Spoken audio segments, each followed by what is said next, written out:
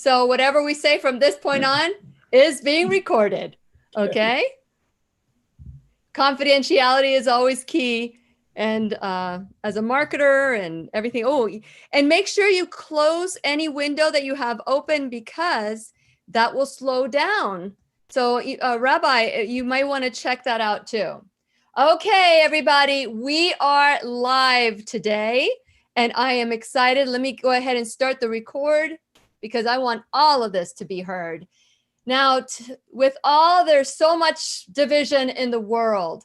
I am thrilled to be surrounded with such incredible men of our community that are standing up. They're standing up for what is right and what is true and what is just. And so today we're going to take away one of the differences that we believe is that somehow we're different because we believe in a different religion. And so today we're going to break down the walls of religion and we're going to embrace the people that are inside. So fasten your seatbelts because it's time to learn together. Now fasten your seatbelts, guys, it is time to dance. Here we go. The Lillian McDermott Show. We love, we fear, bridges we burn, we make mistakes, then we live and learn. When life gets tough and it seems like your best ain't good enough. If you're in need of hope, you know where I'll be. I'll be right here, right here. And when you need a friend, you can count on me. I'll be right here, waiting for you.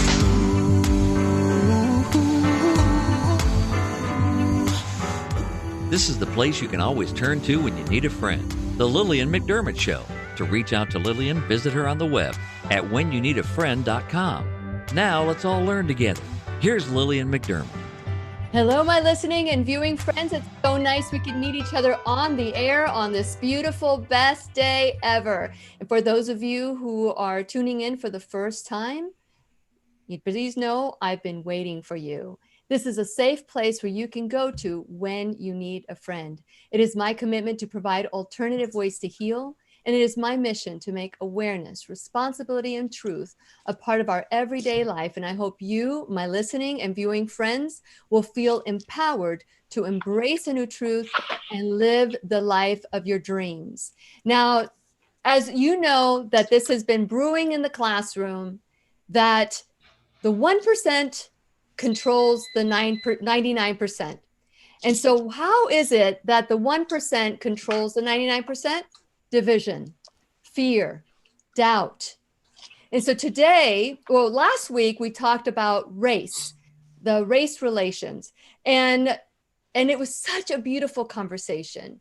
And without us even thinking, this week we have the conversation about religion and faith and what other people believe.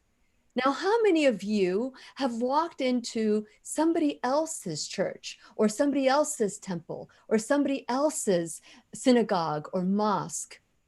How many of you have said, what is behind that wall? And it's beautiful people just like you and I that may believe a little bit differently, but ultimately, if we look for what we have in common, it is amazing what can be accomplished. So today I have representing the Hindu faith, Abhinav Dwivedi, and representing, there you go, say hello, and say, and representing the Jewish faith, we have Rabbi Steve Engel. Here you go, say hello. And for representing the Muslim Islam faith, we have Imam Muhammad Musri. Say hello. And the last but not the least, we have John Martignoni, and he is representing the Catholic faith, the Catholic Christian faith. So we're all together. So welcome all to the Lillian McDermott radio show classroom. Thank you. Good Welcome to everybody. Hi, Yes. everybody. Yes, we're really excited. All of these gentlemen have been in the classroom before. And so they were hand selected because they are able to speak to commonality. And so I wanted to start with Abhinav. Abhinav, you probably have been mostly of all, you're the one that has come the most in the classroom because you were Yes, such a yes, wonderful tour guide and yes, such a yes. great teacher when I worshiped in with you. And so I wanted you to share a little bit about your background and share some of the maybe misconceptions that we have in common with your faith. Well, Abhinav, myself have been in Central Florida for last 40 years.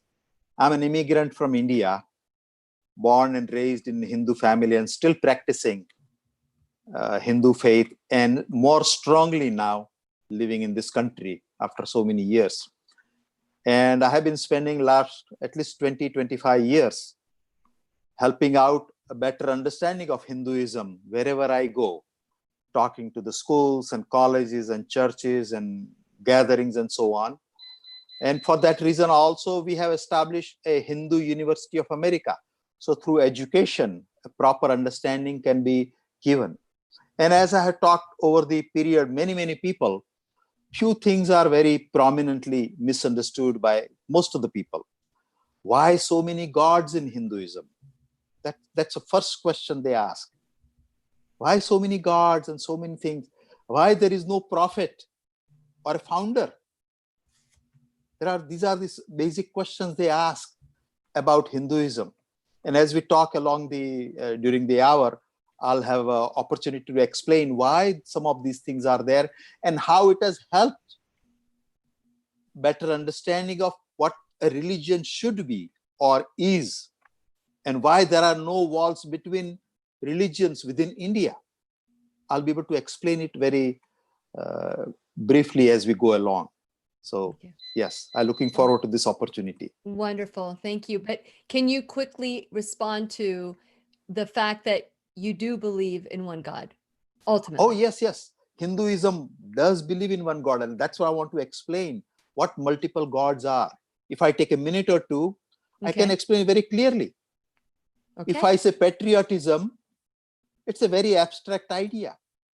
But if I show you a flag, a Statue of Liberty, a bell in Philadelphia, everybody will understand they are patriotic symbols. They all refer to patriotism in a different way, in different shape and form. So it's very easy to show abstract thing through physical media.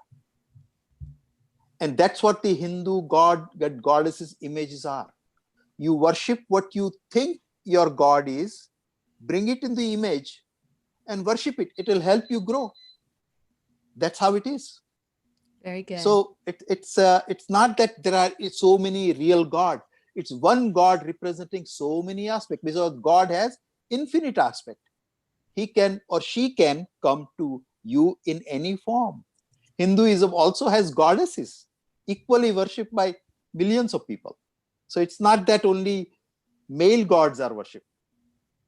So that's how the concept of gods come. You start with what you like, and then you grow from it. If you don't like something, you're going to avoid it.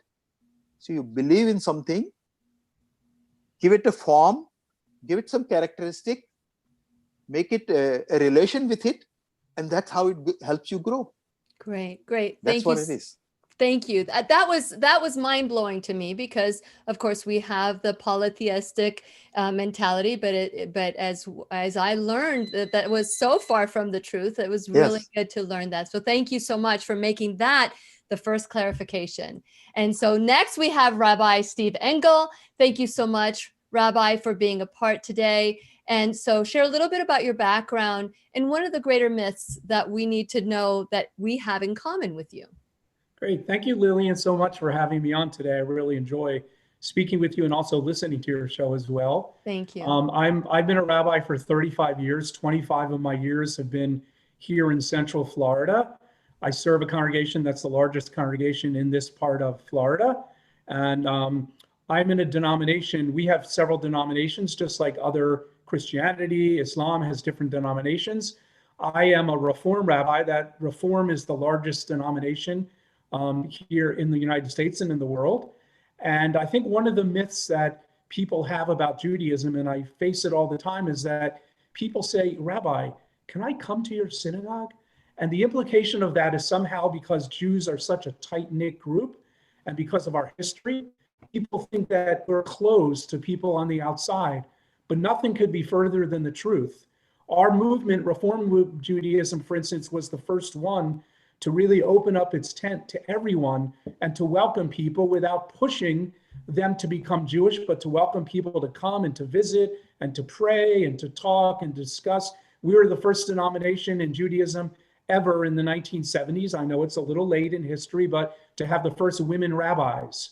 So our denomination, Reform Judaism, is a very large and open tent, and in a way, an antithesis to the mythology that Judaism is closed. It's like this closed club, sort of. And so I wanted to dispel that myth. Wonderful. Thank you so much. I really appreciate that. And thank you so much for saying yes to coming into the classroom and being our teacher today, Rabbi. Okay, so next we have Imam Muhammad Musri. Thank you so much for being a part. If you can also share a little bit about your background and something you want us to know that we have in common.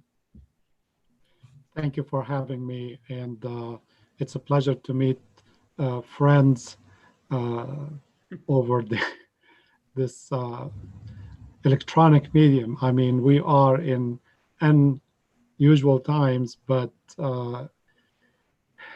this is one way to see the commonalities and similarities that we all share. Yes. And I encourage our listeners and viewers to really connect with people of other faiths and other cultures through these electronic mediums that connect us across the globe and learn more about each other, because growing up in Beirut, Lebanon, which now is going through a massive tragedy, we had neighbors who were from different faiths and different cultures.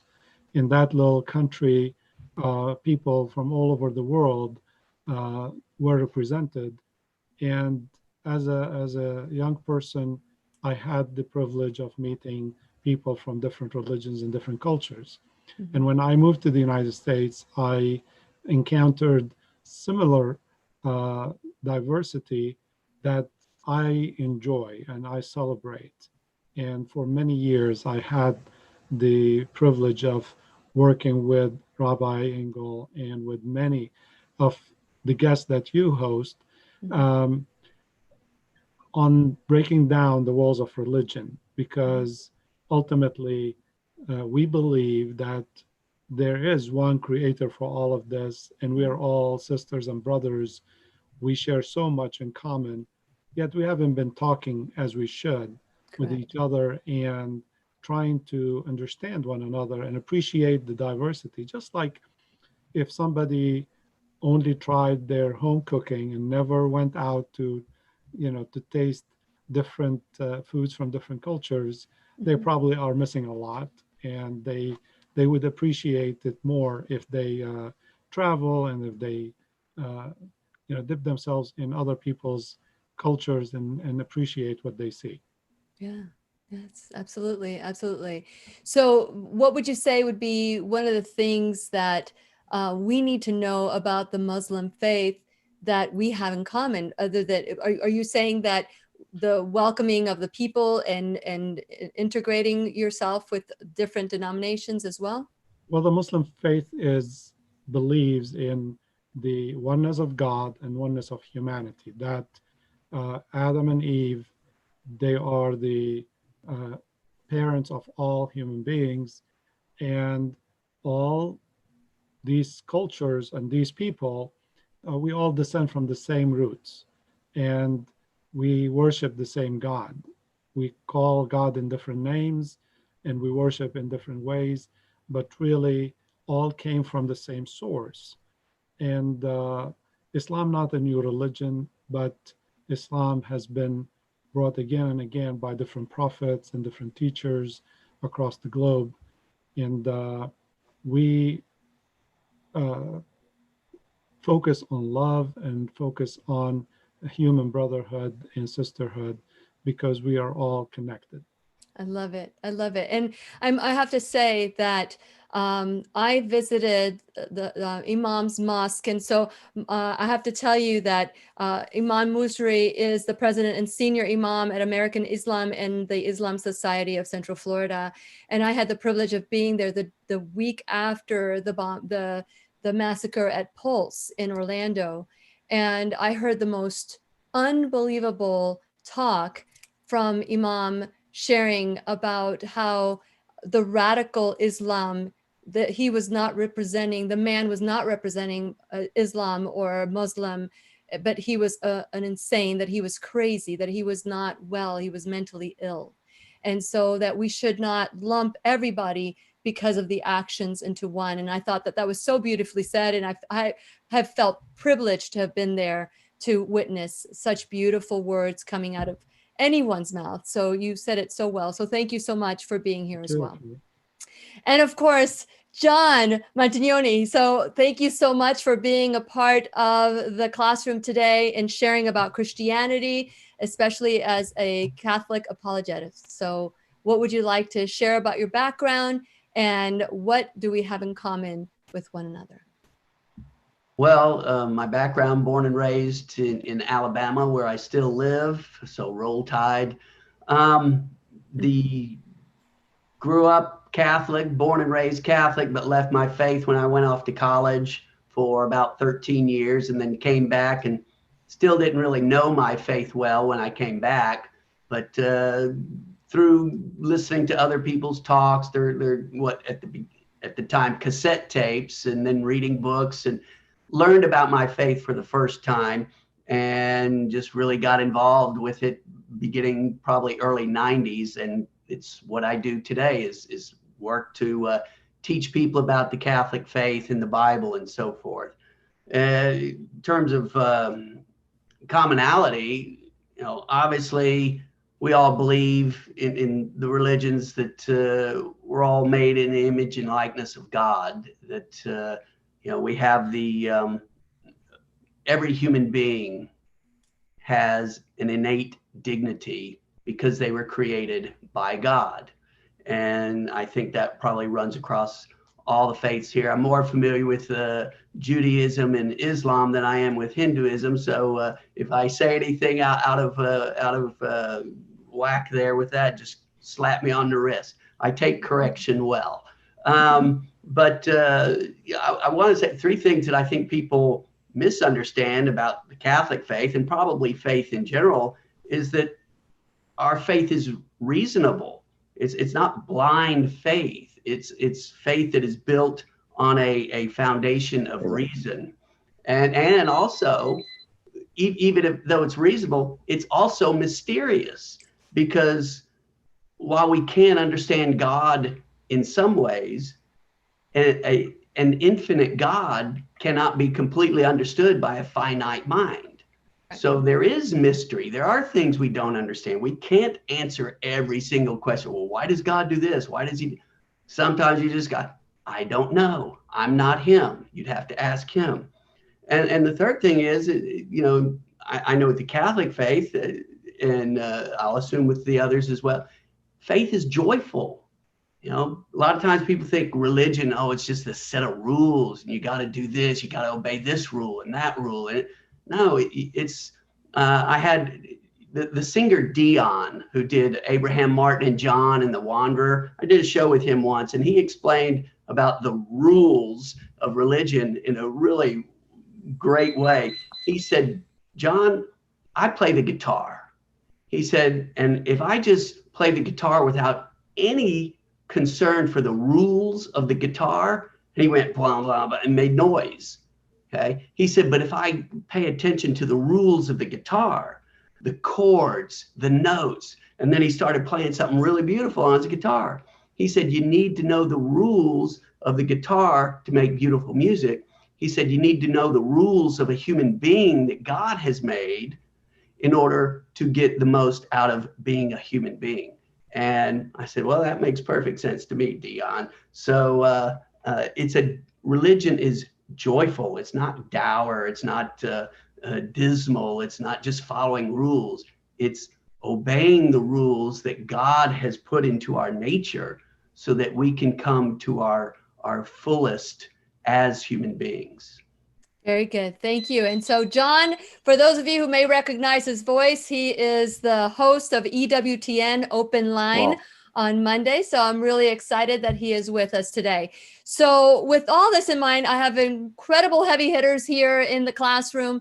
And so we talk about the oneness. We all believe in God. So we all believe that there's one God, one creator, one source. But why is there so much division? Why have we kept each other from entering somebody else's place of worship? So I don't know who would like to start. Oh, Abhinav, here we go. There we go. See, there are all kinds of walls in the world, in the society. There are racial walls, there are political walls, there are walls within even family members, when they don't get along with each other, nationalistic walls, linguistic walls, all kinds of walls. But among all the walls, wall of religion is the thickest and probably tallest because it's most ancient. And why it is so? Because most of these religions, or practically all religions, started with some kind of a revelation coming to some person, divine revelation. And what was the revelation? This whole world is one. Everything is one. Everything is unity. All are family members. That kind of revelations came in different words, in different ways. But when it came successively to other people, and it was institutionalized, the walls started creating. People started protecting. Hey, my prophet said this, and my guru said this in this language and at this time, and therefore it is holier than your guru or your prophet or your messenger. So the problem is not with the revelation. Revelation, spiritually, there is no division. There are no walls at the spiritual level. It's only the religious level, the walls started coming up because there is a vested interest sometimes. They want to protect it. Maybe the desire is genuine to protect it, but unfortunately the walls come up. So those who are within it, they are my people, my fold, and those who are practicing something else, they are other ones. And then people start labeling them, characterizing them, and kind of putting them down in some way. In Hinduism, what they say is, hey, if you are thirsty, drink water. Don't worry about name. Whether you want to call it water or aqua or pani or jal, doesn't matter. If you are thirsty, drink the water. If you are looking for God, get connected. That's the most important part. What name you give, how you do it, what practice you have, which book you follow is secondary. If it helps you, use it. If it doesn't help you, use something else. And therefore, in Hinduism, there are so many paths, so many traditions, and all living together. It's fairly common to have within one family practicing different things. Members will practice different things, and there is no quarrel. So that is the important part. If you are thirsty, drink water. Don't worry about what name you call it. Once you drink the water, you will know how it does and how it quenches your thirst. Then you won't have any questions left. I like that. So that's how it is. Very good. Very good. So what I'm hearing you talk about and what I'm hearing you say is that we want to be right about our faith and what our beliefs are. So I'd love to hear perhaps somebody else share. Imam. Oh, okay. Rabbi, go ahead. I couldn't see your hand. There you go. No, that's okay. I think that these walls are put up by people, and I don't think that all religions have walls. Yeah. I think that some do and some don't. Unfortunately, with everything in the world, we tend to look at the negative of something. We don't look at the positive. That's the media drives that. The perspective drives that. But I think that when you put it, the wall is created by an idea in religion. The idea is that I have the one truth and I have the one answer. That and anybody else who doesn't have my truth or my answer can't cross over my wall. And so I must say that from my perspective of what I believe about my own religion is I believe that in my religion and in others as well, that there's an acceptance of diversity of opinion. that there isn't only one truth, that people can have different ideas. And John mentioned this, different perspectives. It's not about necessarily a rule that has to be followed. But, you know, in my tradition, we have a long tradition of Jews arguing. We're very good at that. And it's not coincidental. It's because it's built into our system of our religion, is that debate is the healthiest form of religion. When someone has an idea and another person has an idea, and you can debate it, but also debate it with compassion and reasonableness and kindness, that we don't have to be vitriolic when we disagree. That as long as we do it out of love and understanding, and I think that's where the wall gets put up. When you say, I have the one truth, the one answer, the one idea, and if you don't follow it, I'm going to put a wall around myself that you're not allowed to enter into. And I think it's important. I think it's better to realize that we live in this world together, and it's made up of diverse opinions and ideas.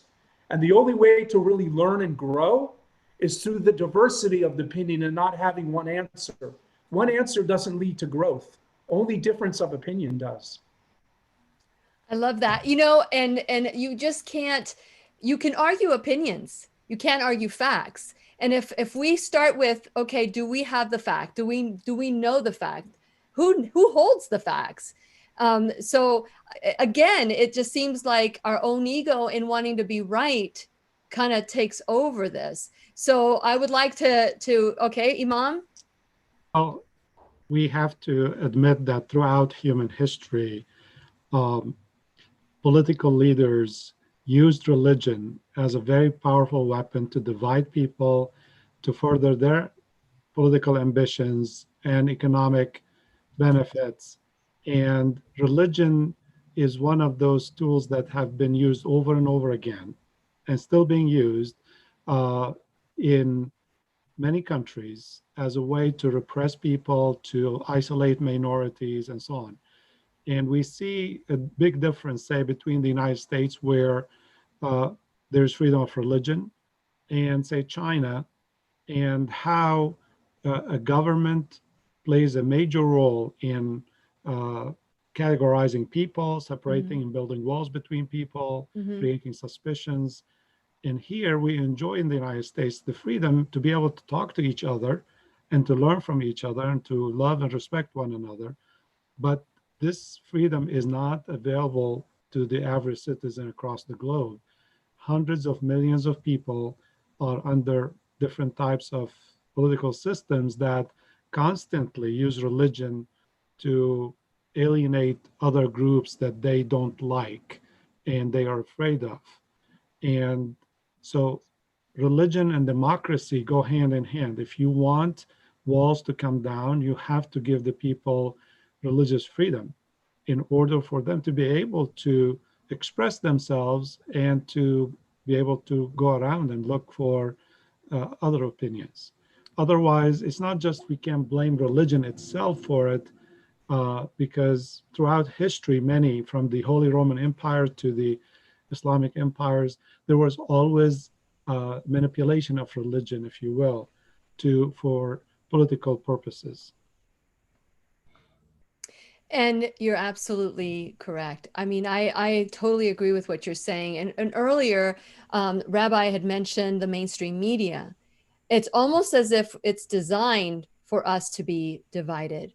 And that's what I talk about. That's how the 1% of the 1% can control the 99%, because if they divide us with religion, then we're at 45% or less. If they divide us with race, then we're at 25%. If they divide us by, gender, then we're at 12%. And they keep dividing us so that we're fighting with one another.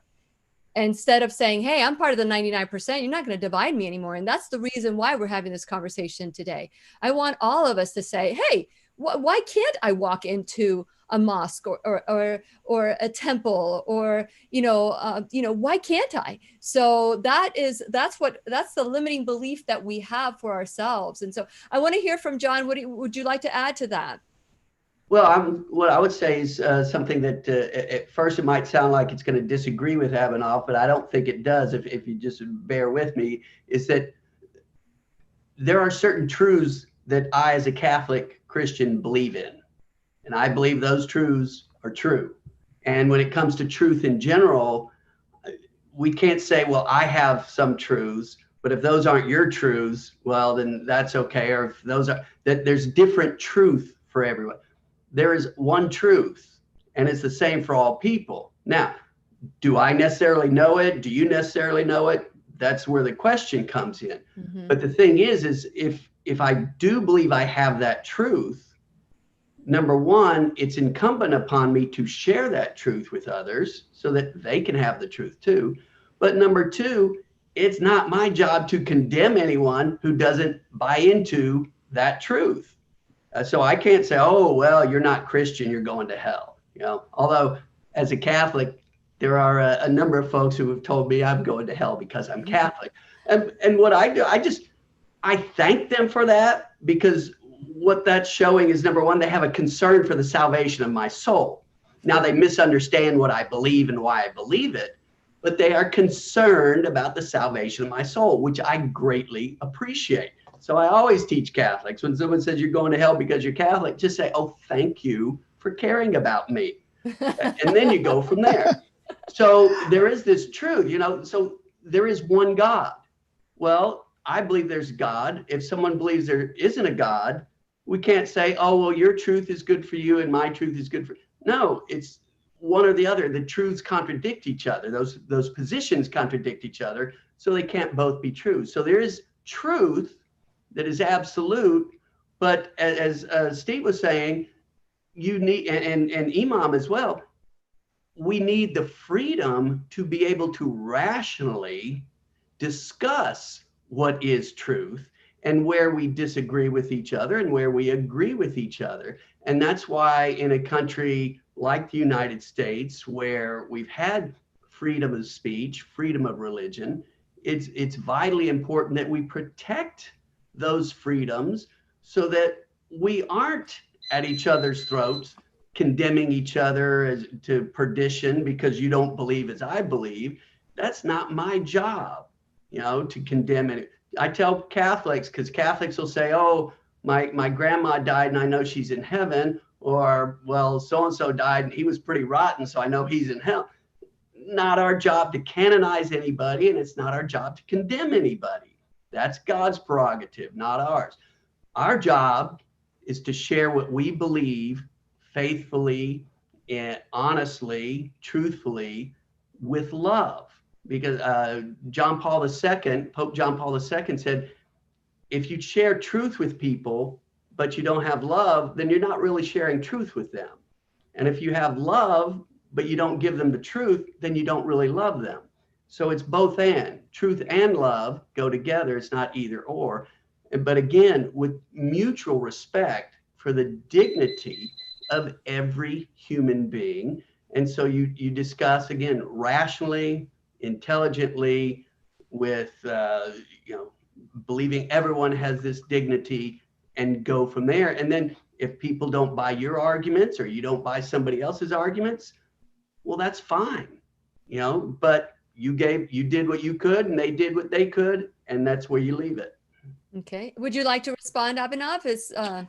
Yes. In Hinduism, the emphasis is not so much on the belief system or what you believe. Emphasis is always, okay, you can start with whatever you want to believe, but you have to experience it, because God is not knowable, but is definitely experienceable. Therefore, there is so much emphasis in Hinduism on things like meditation, where you go within and touch your deeper self and go beyond your surface personality and your ego and all that thing, because you're supposed to touch your deeper soul and get in communion with your higher self or diviner self. That's an emphasis. Every aspect of Hinduism, Buddhism, Sikhism, Jainism, you see the Eastern religion, that's a fundamental thing. It doesn't matter what you believe, which book you use, which guru you go, which temple you use, which ritual you use, doesn't matter. Can you go within yourself? Can you get into your deeper self and find out who you really are? Because you are much more than your mind, body, and the heart and emotions and so on. You are a divine consciousness, and that divinity is right in every living thing, not just human being, every living thing. And that is the God residing within you. God is present within you. Now, therefore, when Hindu says namaste, it says, I bow to the divinity within you, not to you, Mr. So-and-so or Miss So-and-so, but the divinity, which is uniform, same in everyone. So the emphasis is on experience. You can start with any belief. You can begin with that, no problem, any book. But then you have to go and search it and make sure it is your own truth, not because it is said in some book or some guru or some authority said that. Make it your own truth by experience. Just like what is in the modern science. You can start with any theory, but you have to go and experiment and find out, is that really true or not? And then modify it. That's how Hinduism progresses. Therefore, there are hundreds and thousands of scriptures, hundreds and thousands of gods, hundreds and thousands of traditions. And each is existing with each other because each is supporting and nurturing each other. That's how it goes. So yes, you can start with any belief, but no imposition on other one. Whatever I believe, no imposition. I can have a dialogue, I can have a debate to explain, understand, and learn, but that's what it is. And that's how mutually everybody grows. So dialogue is a fairly common, just like in Judaism, it's a fairly common thing. All scriptures are based on dialogues, discussions, question and answers, understanding, and so on. But that's how it goes. Yes, yes. Imam, did you want to say something? I want to emphasize that really the role that external factors, like we discussed government and you mentioned the media, play Yes. a much more significant role in building these walls and dividing us I as agree. people. And we see it even if you put religion aside, you see in politics how divided we are as a country right now. And as if we have two different Americas altogether, or three different Americas. And we, the American people, have, the same laws, the same aspirations. We're going through the same pandemic, but yet when you listen to different news outlets, it's like as if from two different countries or two different universes. And this Perspectives, different This perspectives. is a problem. So we, the citizens who are consumers of what the media is putting, we have to be always alert that there are efforts to divide us, efforts to benefit from us fighting and arguing in a negative way, because that's how they sell more ads. That's how they promote themselves and make money. Yeah. The amount of weapons sold in the world, there are people profiting from that. If there is love and peace between all of us and no war, they will be bankrupt. So it's in their best interest to promote division and hatred and fear all the time. And we see it, and we need to stop that. Now, we live in the age of global social media where we can get to connect with each other directly and put them literally out of business and start learning about each other and breaking these walls. We're no longer dependent on some agenda-driven media that divide us, or even agenda-driven governments that divide us. We need to connect as people, not just as Americans, but globally as people, because we have so much in common. And that starts with our individual choices. That's why we each are responsible for what we consume, where we get our information from, and not to believe everything we hear just because it's out there. We need to verify and start with the rule, as everyone here said, love everyone as you love yourself. And we cannot love everyone if we start believing all the lies that everyone is spinning around. So I appreciate this format because everyone here seen over many years that when religious leaders come together and have beautiful gatherings, the media doesn't show up. Correct. But if, let's say, two religious figures, even from the same religion, are arguing, it's on the news. And that is, telling of what's really the agenda of the media. Absolutely right. If it bleeds, it leads. I used to write for 4 years. I wrote for Florida Today, and I'm currently writing a book. So I stopped writing for Florida Today. And, or even in social media, I've mentioned that if I post something that's loving and caring and kind, I might get a few likes. But if I post something about taking off the mask or the science on what's happening with this coronavirus that's dividing us even more, in some situations I get hundreds of responses, and so I'm being part of the media as well, but not the mainstream media.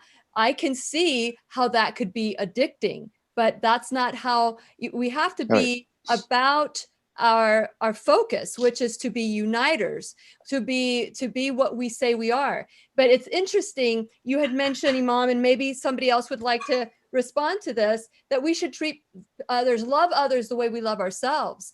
But I don't see a lot of love for self as a life coach and as someone who does a lot of classes on different topics about taking ownership and responsibility. I don't see people, the new responsibility is wearing a mask. That's not being responsible or polite or respectful. That to me is listening to the news and fake science. And so, there's a lot of confusion. And you're absolutely right. If we only listen to what the mainstream media, we have to stop and say, okay, if there's a war, there's a lot of people who profit. If you're sick, there's a lot of people who profit. If you are reading the worst case scenario on an individual, somebody's going to profit for that. So, Rabbi, I see you shaking your head. Would you like to respond to that? Well, I think one of the issues that we face today is there's a breakdown in the norms of our society. People are trying to change all kinds of norms about the way we speak to each other, the way we act toward each other. And one of the great things about good religion is that it tries to maintain some norms of the best way for people to live together in a society. And one of the best things that religion teaches is about the communal responsibility that we have for one another, that we shouldn't only be concerned about ourselves, but we do have a responsibility to other people just because they are our fellow human beings. And so I'm afraid a lot of that's been lost. And we spend so much time with campaigns about kids that bullied each other. We should spend maybe some time on campaigns about adults bullying each other. Mm-hmm. I mean, that's more serious. The kids seem to not bully each other anymore. Now the adults are doing the bullying. So one of the great things that I think that religion can offer is the idea of that we live in the same boat. We are responsible for one another. We do have to interact. When someone wears a mask, to me, it's not about them. It's about, they're pretty much saying to me, I don't give a hang about you. Mm-hmm. I'm not wearing a mask. It might be a freedom issue for them, but to me, it's saying, I don't care about you. And if I infect you, so what? So this idea of breaking down, and that's only one norm, the breaking down of all of these norms is a very, very serious issue that we face. And it seems that, all kinds of the government, the media, all kinds of people are benefiting in some ways from breaking down some of the norms that we have. Yeah. And that's very concerning. Yes. Go ahead, Imam. I think with the point that you mentioned about people not loving themselves, to be able to love others, because often our leaders, they train us to blame others. We don't want to take responsibility. Any problem, any difficulty we're going through, it's somebody else's fault. Mm-hmm. And therefore, let's hate this group and that group and what's happening economically, or why I lost my job, or, anything. We like to find someone else to blame. We don't want to take responsibility. And over time, that builds up, that I'm the innocent victim and everybody else is against me, and everybody else, especially people of other faith or other, political opinions, they're against me. And we need leaders to train us and to show us themselves should take responsibility and should be the model and example, and always tell us, you have your faith in your hand, change it. take responsibility, love yourself, then you are able to love other people. Yeah. Otherwise, what goes around comes around. We always like to blame other people, and that doesn't solve the problem because it's really with us. We need to be the solution, not the part of the problem. And with that in mind, we're talking about responsibility. I want to thank my sponsors, because without my sponsors, there would be no classroom. And so, what we focus in the classroom is taking 100% responsibility. If you were to take one word, and responsibility takes every aspect of our life, whether it's our spirit, mind, and body, our career, our relationships, giving back to our community, so many different ways. So I want to encourage you that if you want to learn more about responsibility, at whenyouneedafriend.com, there is a page dedicated to taking 100% responsibility and retelling the story so that you're no longer the victim and that you can choose what's happened to you because you learned from it. So I want to encourage you to go to whenyouneedafriend.com. Please become a subscriber. While you're there, click onto my social media and subscribe, like, follow, and also go to BitChute, because a little earlier, I think it was Imam who said that we have the freedom. And I think Rabbi also mentioned freedom of religion, but we're losing our freedom of speech. So I want to encourage all of you to kind of mosey on over to BitChute, just in case we do lose this platform. And so I'm just very grateful for all of you that come into the website. And while you're there, make sure you scroll to my sponsors page and check out my sponsors. Every single one of them is amazing. Because of time, I'm not going to mention them all individually, but please go check them out and figure out different ways that you can support our sponsors the way that they are supporting the classroom. And finally, you can become a student in the classroom, an enrolled student. And if you can donate $1 to however you can, or if you can donate your time or just promote this and share it with your friends, that's a way that you can contribute with your time, your talent, and your treasure. So I want to thank. We've got Dr. Rabbi, I'm so used to interviewing doctors, but so we have- That's fine, I'd be a doctor, thank you. That's right, Rabbi Engel, we have Imam Musri, we have John Martignoni, and we have Abhinav Dwivedi. And I'm so excited that we're being able to have this conversation. I want to talk to you, John, because you're also in the press, and talk about freedom of speech. Do you feel that with religion, that a freedom of religion is being compromised, or your speech has been compromised at all? Well, I think on social media, my speech has not been, because I don't give a rip what anybody says about me or thinks about me, so I'm just going to let it fly. However, I have noticed that when I say something, that I'll get emails or private messages, and I wanted to say that too. So there are a lot of people out there who are indeed intimidated, particularly on social media, by those folks who, if you don't say the exact right thing in the exact right way, then you're garbage, you're dirt, you shouldn't be allowed to live, you should be, removed forcibly from your home and thrown into jail, but things like that. So they are literally afraid to speak out. And that's happening, with what they call the cancel culture. Somebody comes out and says something that is fairly reasonable. You may not agree with it, but they're not condemning people to hell or telling them they ought to, lose their job. But then, the head of this company said he supported traditional marriage. Well, he's got to resign. You need to boycott his company. You need to do this. You need to do that. That they're horrible people. And fortunately, to date, when those things have happened, or other more high-profile times where it's happened, it's backfired. For example, with Chick-fil-A, the owner of Chick-fil-A came out and supported traditional marriage.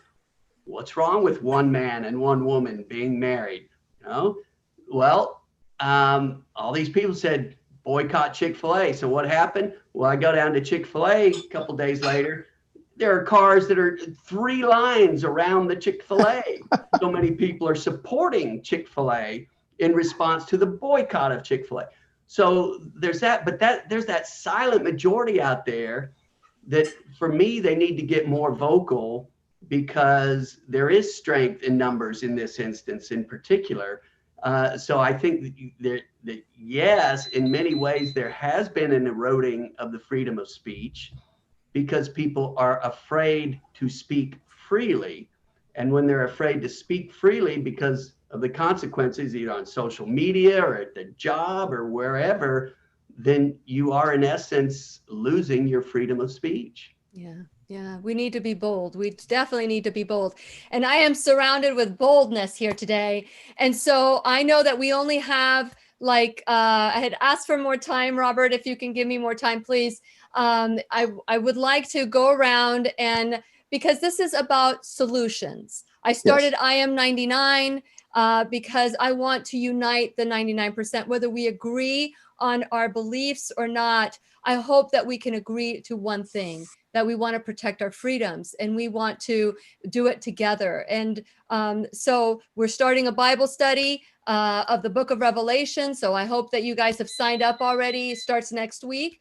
And so those are some of the things we're doing. Ho'oponopono, for those of you who know what that is, for our leaders in our community, so that they will feel the love that we are sending out into the community at 5 o'clock, wherever you're at, it's 5 o'clock somewhere.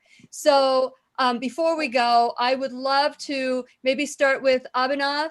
We can start with, how are we part of the solution? I know John spoke a little bit about speaking out, but what would you say is a call to action for all to unite different religions? And I know there are two kinds of call to action. One is within the religion itself, and one is outside of the religion. For example, things happening between religions. Very prominent example is the interfaith type activity, interfaith groups, where people of different faith come together, discuss various issues, support each other. When something happens, some bad thing happens to one particular religion or a member of a religion, everybody supports it, comes out in some different ways of at least expressing sympathy, support, writing articles, making aware that these are, maybe looking different people, they may be having different ideas, but they are all part of the community. That kind of things slowly happening. For example, one of the things we observe, the younger generation is generally turned off with religions. You'll see probably everywhere. There are less interest among younger people. Younger people, I'm talking about, less than 30 or so, because they are turned off with all the bickering between religions. They say, hey, I don't want to be part of that one. So they stop going to churches, stop going to mosques and temples and so on, because they don't know what to do. So they say, out of it. So one way to understand what is it which is going on in their mind? What is it they are really seeking? They are seeking harmony. They are seeking peace. They are seeking love and equality and different way of doing things. So we need to reach out to them and understand their different way of looking at it, and then express our belief in the words they understand, not necessarily quoting from a particular scripture, but understanding in a language they understand. That's how they will support the religious ideas, which are so fundamental to holding the society together. If things break down, if the real truths break down, the society will break down sooner or later. So we need to reach out to younger people and explain in the words they understand. Very good. Thank you so much, Abhinav. It's so nice to see you. And so I'm going to move on to, and for those of you who are listening on podcasts, we usually have a little bit of time with the teacher's pet afterwards, if we have any time available, but I want to encourage you to listen live. And so thank you, Abhinav, for sharing as well. So John, I'm going to continue with you. I'm going to follow along with my images that I have here. Well, a solution, I would point to Mother Teresa of Calcutta, that she said, if you're Christian, be a better Christian. If you're Muslim, be a better Muslim. If you're Hindu, be a better Hindu.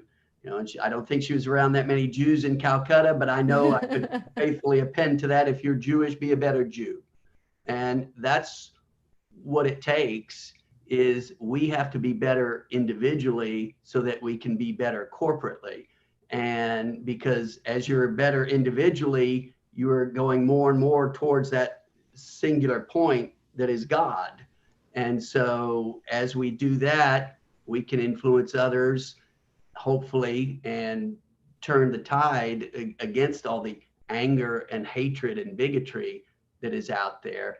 And so just, start with yourself and do what you can to improve yourself, and look for opportunities to share your improved version with others. I like that. Thank you so much, John. I really appreciate you as well and your comments today. Okay, so Rabbi Engel, I will ask the question of how are we part of the solution? I think there are things, as Abhinav said, about organizations and groups that are brought together.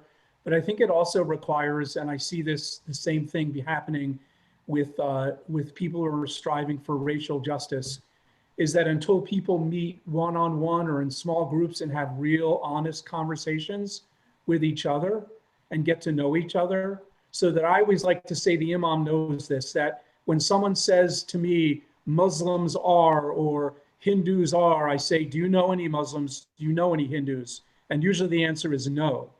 And I say, well, I know a Muslim, my friend Muhammad Musri, and I can tell you that this is who Muslims are because I know a person who is a Muslim and a leader. And I think that this requires people to get back to something that's basic, which we've lost, which is the ability to have real conversations with each other. I think that's important. Honest, sometimes difficult conversations too, but honest conversations with each other. Honest and loving. Absolutely. And it's always a pleasure to have you guys. And I'm so looking forward to maybe getting you guys the three wise men, the new and improved three wise men. And I'm already pushing for 2 guys and a lady. So, That'll be 2 men and a wise woman. Two men and a lady. There we go. There we go. A wise woman. And a wise woman. Yes. Always the wisdom. So thank you so much. I want to, when we're finished with our classroom today, I would love for all of you to share where people can get a hold of you if they want to worship with you as well. So we're going to finish with Imam Musri. If you'd like to share, how can we be a part of the solution? Well, at least 2 easy ways. One is, as my friend the rabbi said, get to know someone and make friends with people outside your faith community. And that way, you know the faith intimately, you know it really, not a hearsay. And the other one is, as John said, go out and be your best. The big purpose of religion is not really to condemn others, but to serve others, to go out and serve humanity. So you'll be at your best if you go out and serve all the people who are in need out there, and put on the best of what your religion teaches you of love, of service to humanity. And that will break the walls down quickly because people will see you in your reality. But if you are hiding behind the walls of your place of worship and you're not sharing God's gifts with others and being selfish, then you are building a wall around yourself, because the world is in need and looking for people of faith who will demonstrate their love and their care and their compassion to the world. So all the young people that Abhinav talked about are looking for opportunities to volunteer, to serve, to help, to contribute their time and treasure to be able to make a better world that we all live in. Very good. And if anybody wants to get a hold of you, Imam, how can they get a hold of you? My office number is 407-273-8363. Oh, you're giving their number. Okay. You can visit our website at american-islam.org, and you can always email me at imammusri@icf.org. And before I will add everybody's emails, but websites as well. And Rabbi Engel, how can people get a hold of you if they need to get a hold of you? I have Facebook, Rabbi Steve Engel. On Facebook, I have Rabbi Steve Engel on Twitter, or you can also reach me at crjorlando.org. Wonderful. Thank you so much. Thanks. And John, how can somebody get a hold of you if they want to get a hold of you? Easiest way is probably through our website, BibleChristianSociety.com, BibleChristianSociety.com. There's a contact us page, comes right to me. Wonderful. Thank you so much. And Abhinav, how can we get a hold of you if we want Yes, people can contact me at www.hua.edu, Hindu University of America.edu. Wonderful. That's the best way to contact me. I'm telling you, these are the kind of conversations that just fill my spirit. It's not about proving you wrong. It's about listening to what drives you to love better. And so I think that if we were to just, and I want to encourage all of you out there, that if you are listening to this conversation and something is brewing within you with anger, because maybe something they said doesn't fit your mold, I ask that you sit with it, because what you see in others is who you are. And every single one of us, because God is everywhere, and every single one of us has that gift, the gift of the Spirit of God. And if it were just a little grain of sand and we honored that in one another, can you imagine what this world would be like? Can you? Just would be such a much better place. So I want to thank all of you for being a part of this conversation. And if you guys have time for the Teacher's Pet Corner, if you have a little bit of time, I'd love to read some of the comments that we have on YouTube, and maybe a moment for you to say words if you have that time. So, okay, guys, it is time to break down the walls of religion, and it is time for you to be the solution of this issue of division that is being controlled by the 1% of the 1%. Let's stop it. It is time to love, because love is the answer to all our problems.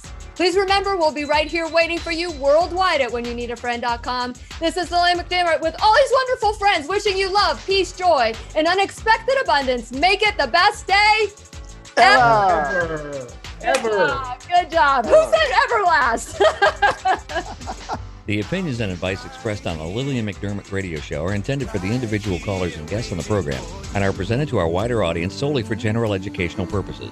Please act responsibly and consult personally with your own medical, psychological, or nutritional expert before taking any steps to improve your life. Hey, you guys have some great fans out there. We have the United States of America is a republic, not a democracy. Mel Medina said, great show. Cheryl said, this is wonderful. Subdued Light says, I hope everyone is well. And Subdued is a dude. So I remember that because I would say he or she, it's a guy. Okay. And Mel says, Abhinav wins. I like his God. So now they're rooting for you guys so we can create some division. Here we go. So Mel also said, this is what God is all about. All of these gentlemen are representations of it. Yes. And peace and love from Sam Gold. And then we have some comments here. Let me take a little break. When you hear somebody say, and I don't know how much time, if anybody has to leave, I can totally understand. But when you hear somebody say, this is what God should be, this is what God wanted, but all this division is, I think, a tool of the devil. How did the devil get involved in religion? Okay, John, I see your head churning. Well, the devil quotes scripture. He knows it better than pretty much anyone except God himself. So, there's pride. Man's original sin of pride gets in with everything that, desire or untoward desires that we have for what the other person has, or who knows? But the devil gets in because that's his nature. That's what he is. That's what he does. And so, I don't know what else to say beyond that. That's a Go ahead. loaded question for me as a rabbi, because we don't have the devil in the same way. It's actually the word Satan is actually a Hebrew word, and it doesn't have to do with a being, but it has to do with something related, which is we believe that we're all born, as most of us do. We believe in Judaism, we're born as blank slates, and we have an evil inclination and a good inclination. And it's up to us as human beings. I think it's related to what John said. We have a choice of the way that we act. We have those inclinations inside of each of us. And if we let the evil inclination get control of us, I guess if that's what you want to call the devil, that's what it is. But, this is about human choice, ultimately. This is about each of us making our choices. But unfortunately, people are influenced by not very good things, trying to make them make the right choice. There's a lot of bad influences having them make that bad choice instead of the good choice. But ultimately, it's that God placed us here. We have free will because God wanted us to make good choices. But it is up to each of us. Okay, Abhinav? In Hinduism, there is no concept of devil in the sense of what a Christian or Bible has it. Okay. We have the idea of something equivalent is when you have a deliberate falsehood, when you perpetuate deliberate falsehood, not by error, not by mistake, but deliberately, it is something like a devil. You know the truth, but you twist it because of your own personal reasons, your ego, whatever, hatred, whatever may be the reason. That is equivalent to the concept of devil. And the fundamental root cause of that is ignorance. When you do not know what the reality is, what the world is, what the other persons are, who you are, then ignorance takes over, brings its own twisted way of thinking of it, and becomes a basic devilish behavior. That's how the Hinduism says. The root cause is ignorance. And therefore, there is so much emphasis on education at every level. Moral education, spiritual education, obviously, secular and vernacular education, all those things. Education. Once you educate, open your mind, go to higher level of consciousness, all these things fall away. Very good. Very good. Thank you so much. And Imam, would you like to add to that? Or yeah, we do have the concept of the devil or Satan, Shaitan, and that is a real being that was created from fire, a jinn or a genie, and he refused to bow to Adam when God created Adam, and he promised God that he would do his best to mislead the offspring of Adam and Eve. And his cardinal sin is pride and arrogance. He refused to bow. He said, I'm better than him. And this seems to be always the problem, that we believe we're better than others, even though we have the same, physical makeup and spiritual makeup, but we always look for something to say, I'm superior to you, or to him or to her, based on race or color or religion or, anything that we could find. We compete negatively. And that's why religion uses love and service to others to say, no, you are not better unless you are humble and you serve others and you think of yourself less than others. So the devil comes in when I feel that what I have is more than what you have, and therefore I deserve to get more. The 1% believe they are the only ones who have the right to make the decisions for all of us, and in fact, we all eat the same food, we all live the same life, we all die, and nobody is better than us except God.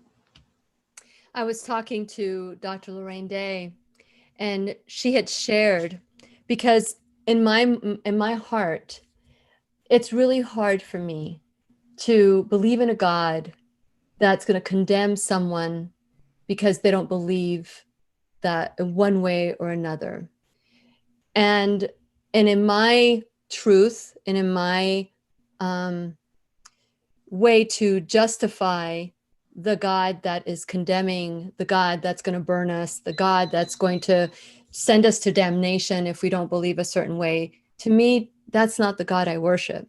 So I was talking to Dr. Lorraine Day about this because we were discussing that there's only one way to God. And so to me, I feel that there's so many different ways to God because her way to God was getting sick. She had cancer and she was near death and she hated God. She didn't like him because the God that she learned in religion was a God that burned you, that, you know, that was a mean, a spiteful and vengeful God.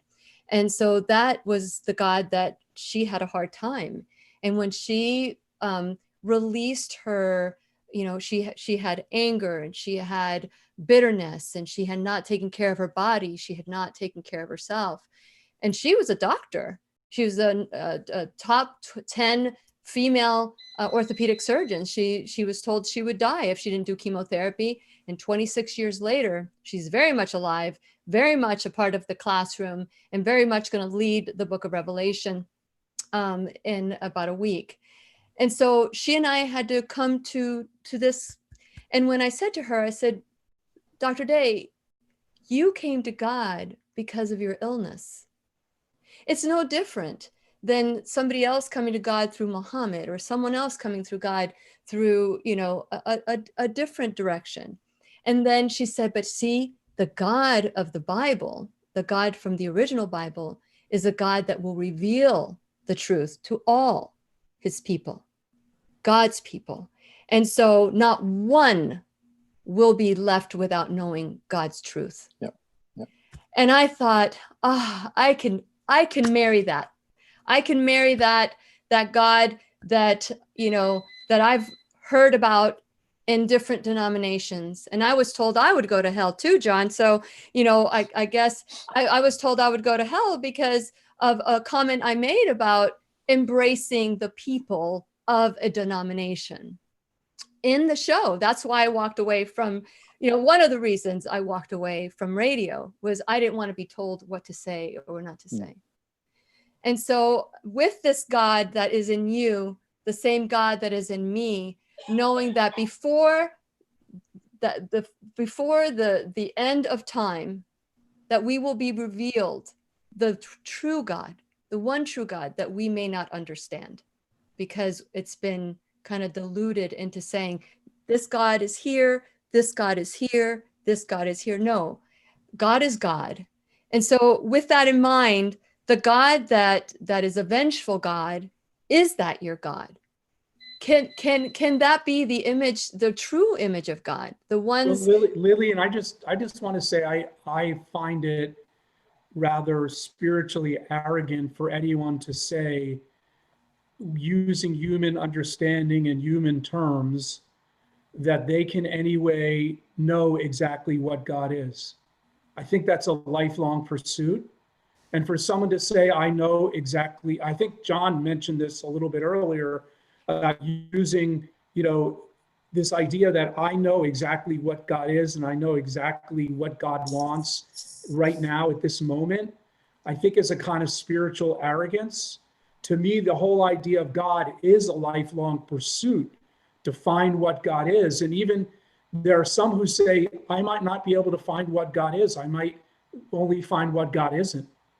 You know, there's different ways of looking at that answer. And as you said, you know,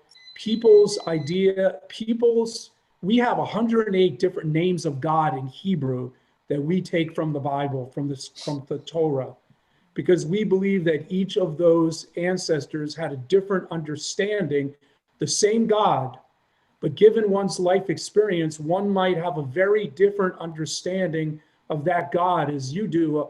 A woman in my congregation who lost a husband who was 40 years old, she came to me confused because she was holding on to a concept that she had of God that she learned when she was a grade school person, and she just held on to that and didn't allow herself to grow.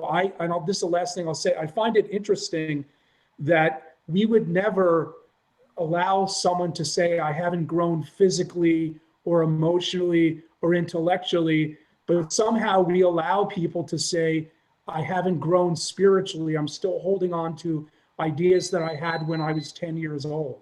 Why would we allow a person? We need to grow spiritually like we do in every other way. I love it. I love it. What a great call to action, Rabbi Engel. Thank you so much for that. And John, I saw that you wanted to say something.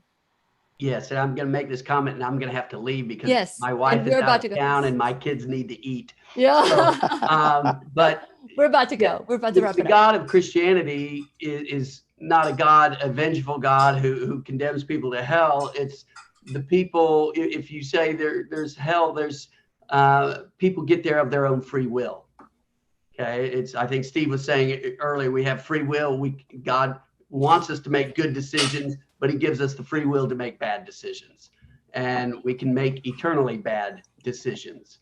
And so it's not God is saying, oh no, you did this, you're gone, you're off to hell, or you did this, yeah, come on, I'll let you in.